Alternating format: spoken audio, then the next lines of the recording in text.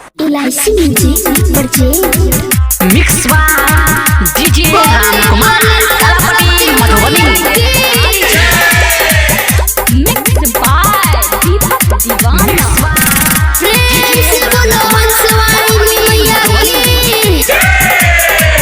Double DJ हम बजेबै बात घुसाइले कान में। डबल डीजे हम बजेबै बात घुसाइले कान में। दारू पी के हम मचबै रे मैया के बसन में। खूब मस्ती हम करबै रे मैया के बसन में।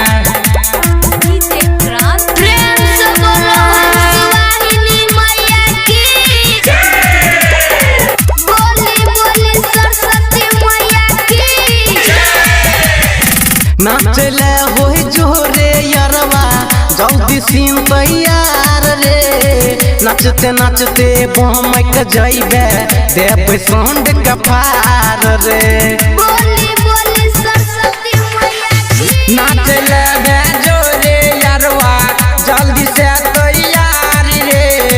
नाचत नाचत बमक जेबे देव सोंड कपार रे। धीरे धीरे जइते गाड़ी भगतन के जाम में। दारू पी के हम नचबै रे मैया के बसन में। खूब मस्ती हम करबै रे मैया के बसन में।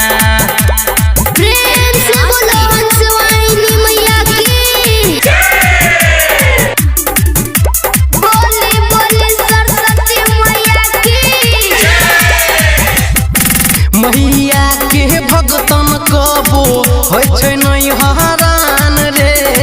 नीतीश राजू रंजन कहो बात लेना मान रे।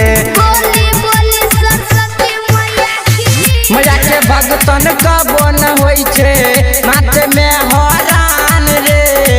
नीतीश राजू रंजन कहो बात ले तू मान रे। बड़ी शक्ति छलो यारवा हम मैया के नाम में।